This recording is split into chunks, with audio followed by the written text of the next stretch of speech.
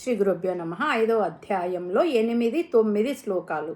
ఓం నైవ కించిత్ కరోమీతి యుక్తో మన్యేత తత్వవేత్ పశ్యన్ శృణ్వన్ స్పృశన్ జిగ్రన్ అశ్నన్ గచ్చన్ స్వపన్ స్పశన్ ప్రలపన్ విసృజన్ గృహ్ణన్ ఉన్మిషన్ నిమిషన్నపి ఇంద్రియాణీంద్రియార్థేషు వర్తంతైతి ధారయన్.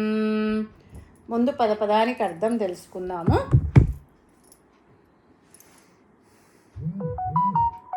నైవ అసలే కాదు, కించిత్ ఏమాత్రము, కరోమీతి నేను చేస్తున్నాను అని, యుక్తః యోగంలో స్థితుడైన వాడు,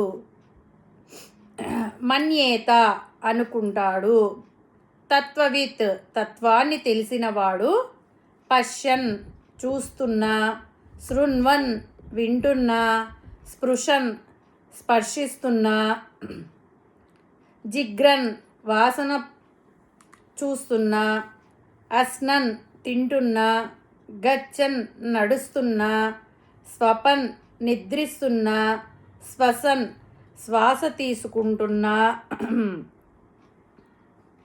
ప్రలపన్ మాట్లాడుతున్నప్పటికీ, విసృజన్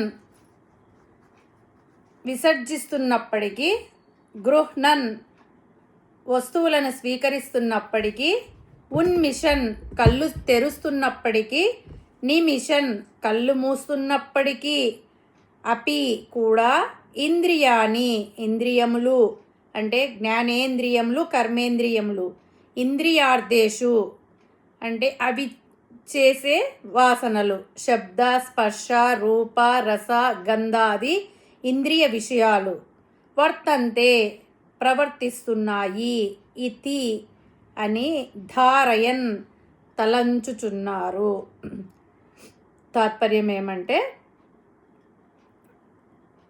యోగయుక్తుడు అంటే ఆత్మజ్ఞానం ఎరిగినవాడు, జ్ఞాని అయినవాడు తాను ఈ ప్రపంచంలో ఏమి చేస్తున్నా అంటే దేనినైనా చూచినా విన్నా తాకినా వాసన చూసినా తింటున్నా నడిచినా నిద్రించినా ఊపిరి పీల్చినా వదిలినా ఎవరితోనైనా మాట్లాడుతున్నా ఎవరినైనా వదిలిపెట్టినా దేనినైనా తీసుకున్నా ఎవరిని కలిసినా కళ్ళు తెరిచినా మూసినా ఇంకా ఇంద్రియాలతో ఏ పని చేస్తున్నా ఆ పనులన్నీ ఇంద్రియాలు చేస్తున్నాయి, నేను కాదు, నేను ఏ పని చేయడం లేదు, నాలో ఉన్న ఇంద్రియములకు కావలసిన విషయాలలో ప్రవర్తిస్తున్నాయి, వాటి ప్రవర్తనతో నాకు ఎటువంటి సంబంధం లేదు అనే భావనతో ఉంటాడు.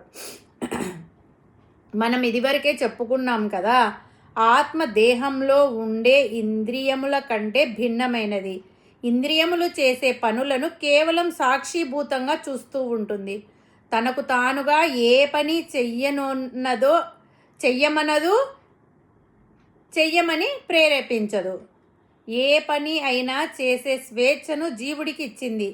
కాబట్టి ఏ పనికి ఆత్మకర్త కాదు.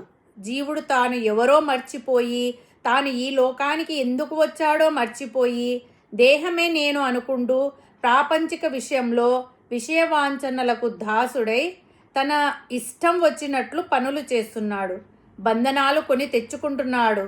ఇదంతా తెలియనితనం అంటే అవిద్య అని అంటారు. అవిద్య కారణంగా జరుగుతూ ఉంది. ఈ అవిద్య ఆవహించిన వాడికి ఆత్మస్వరూపం తెలియదు. ఆత్మే దేహము అనుకుంటాడు. అంతా నేనే చేస్తున్నాను అని కర్తృత్వ భావము ఆరోపించుకుంటాడు. రాగద్వేషాలను సుఖదుఖాలను పొందుతుంటాడు. సుఖాల కంటే దుఃఖాలే ఎక్కువ పొందుతాడు. అదే ఆత్మతత్వము తెలుసుకున్నవాడు ఈ శరీరం వేరు, నేను వేరు, నేను ఆత్మస్వరూపుడిని అని తెలుసుకుంటాడు. మనసు ఇంద్రియాలలో మాత్రమే బాహ్య ప్రపంచంలో తిరుగుతున్నాయి. వాటికి నాకు సంబంధం లేదు, నేను కేవలం సాక్షిని మాత్రమే, నేను ఏమీ చేయడం లేదు, వాటి వలన కలిగే సుఖదుఖాలతో నాకు సంబంధం లేదు. ఈ ప్రకారంగా అనుకుంటూ ఎటువంటి వికారాలు లేకుండా నిశ్చలంగా ఉంటాడు. ఇంద్రియముల వలన విషయవాంఛల వలన కలిగే సుఖదుఖాలకు లోను కాడు. ఆత్మానందాన్ని అనుభవిస్తూ నిత్యం సంతోషంగా ఉంటాడు. మానవుడు 3 గుణాలకు అంటే సత్వ రజస్ తమ గుణాలకు లోబడి ప్రవర్తిస్తుంటాడు. తమో గుణంలో ఉన్నవారు రజోగుణంలోకి, తర్వాత సత్వగుణంలోకి, ఆ పైన శుద్ధ సత్వగుణంలోకి చేరుకోవాలి. ఆ స్థితికి చేరుకున్న వివేకుడు మరలా మనస్సు కిందికి జారి రజోగుణము తమో గుణంలోకి దిగజారడు. మజ్జిగ చిలికితే వెన్న వస్తుంది. ఆ వెన్న మజ్జిగలో తేలుతుందా? తేలదు కదా, అందులో మునిగిపోదు. అలాగే సంసార సాగరమును మధించి పరమాత్మను బయటికి తీసి అనుభవించుచుండువాడు జ్ఞాని. మరలా మిథ్య రూపములగు ఈ సంసార భోగములందు మునగడు. నిద్ర మేలుకున్న వాడికి స్వప్నం ఎలా దూరం అవుతుందో అలాగే ఇది కూడా. కాబట్టి తత్వవేత్తయై అవిద్య నశించి ప్రాపంచిక విషయాలను వదిలి ఆత్మలో ఐక్యమొందిన మహనీయునికి ఈ సాక్షిత్వము చెల్లును. అటువంటి వాడు ఏమి చేసినా ఇంద్రియాలు చేస్తున్నాయి కానీ వాటి ప్రవర్తనతో నాకు ఎటువంటి సంబంధం లేదు, నేను కేవలం సాక్షిని మాత్రమే అనే స్థితిలో ఉంటాడు.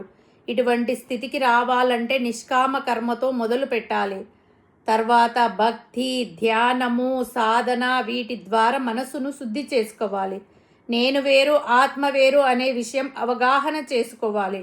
అప్పుడు అతడు ఏమి చేసినా ఆ బంధనంలో అతనికి అంటవు. అటువంటి వాడు చేసే పనులు ధర్మబద్ధంగానే ఉంటాయి కానీ ధర్మ విరుద్ధంగా ఉండవు. కాబట్టి ఆత్మజ్ఞానం పొందాలంటే పరమాత్మ 7వ శ్లోకంలో చెప్పినట్టు యోగయుక్తో విశుద్ధాత్మ విజితాత్మ జితేంద్రియ సర్వభూతాత్మ భూతాత్మ కుర్వన్నపి న లిప్యతే అనే శ్లోకంలో చెప్పినట్టు 5 లక్షణాలను అలవరుచుకోవాలి. అప్పుడే అతడు తత్వవేత్త కాగలడు. ఈ జగన్నాటకమును కేవలం సాక్షిగా చూడగలిగే శక్తి వస్తుంది. ఈ 8, 9 శ్లోకాలు 2 మనిషికి ఓ గొప్ప జీవన సూత్రాన్ని అందిస్తాయి. దీనిని సాక్షి భావం అంటారు. హరి ఓం తస్సత్.